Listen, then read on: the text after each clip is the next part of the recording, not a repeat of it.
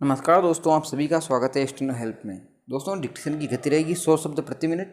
इस डिक्टेशन में आपको कोमा, विराम, पैरा तीनों बोले जाएंगे और आगामी जितने भी स्टेनो के स्किल टेस्ट हैं उन सभी में महत्वपूर्ण डिक्टेशन रहेगी। डेली आपको 8:30 बजे यूट्यूब चैनल पर डिक्टेशन मिलती रहेगी।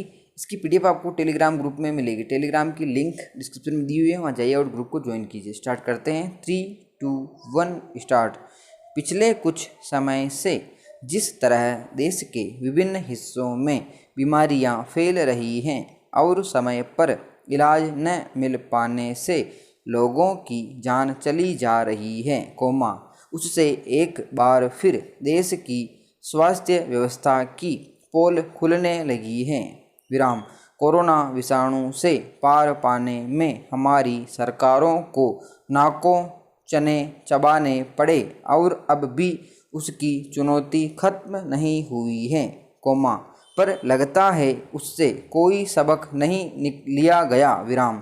अभी केरल और महाराष्ट्र इसके चंगुल से बाहर नहीं निकल पाए हैं, विराम। देश के आधे से अधिक आंकड़े केरल से आ रहे हैं, विराम।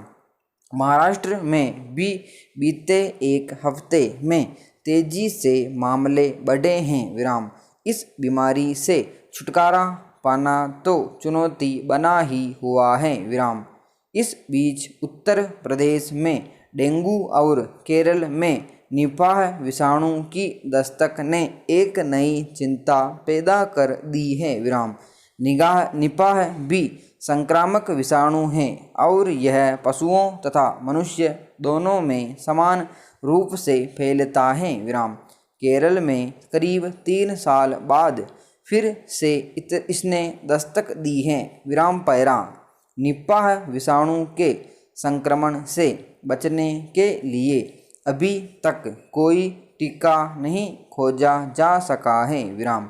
इसका कोई पक्का इलाज भी नहीं है, इसलिए यह अधिक खतरनाक विषाणु माना जाता है, विराम। निपाह विषाणु की दस्तक ने केरल में एक नई मुसीबत खड़ी कर दी है, विराम।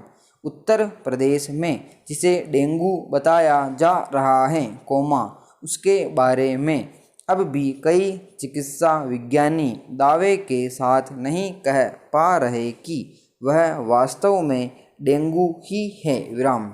इसे रहस्यमय बीमारी मान रहे हैं, बेशक इसके लक्षण डेंगू के हैं, विराम।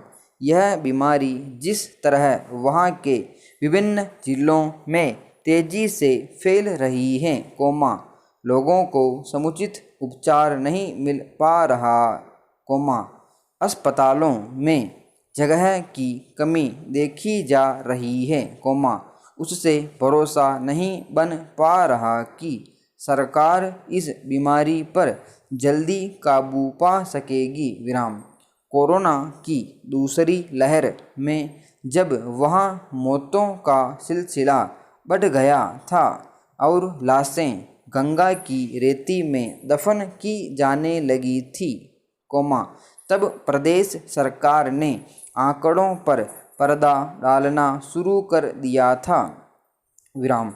फिर श्रेय लेती फिरी कि उसने कोरोना पर काबू पाने में तत्परता दिखाई, विराम।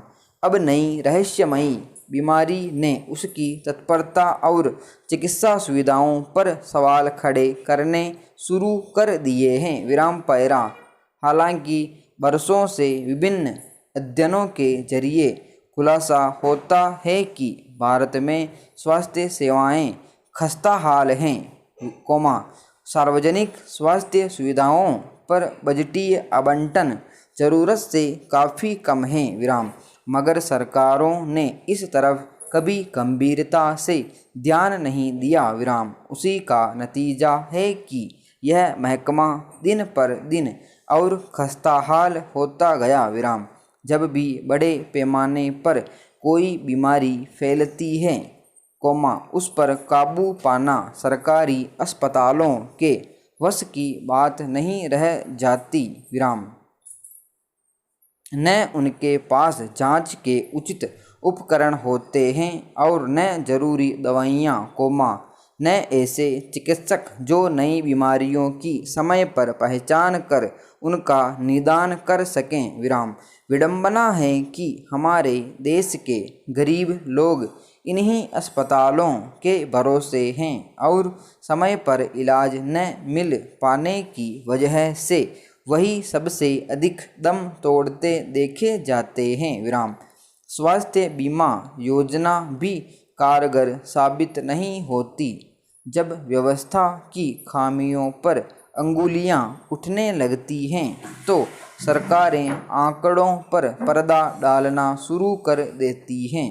कोरोना पर काबू पाने में विफल रहने की वजह से केंद्रीय स्वास्थ्य मंत्री को बदल दिया गया। विराम। मगर केवल मंत्री बदलने से कुछ नहीं होगा, बीमारियों पर काबू पाने के लिए पूरी व्यवस्था को बदलने की ज़रूरत है। विराम समाप्त। दोस्तों ये थी डिक्टेशन 5 मिनट 45 सेकंड की। 575 वर्ड इसमें टोटल है।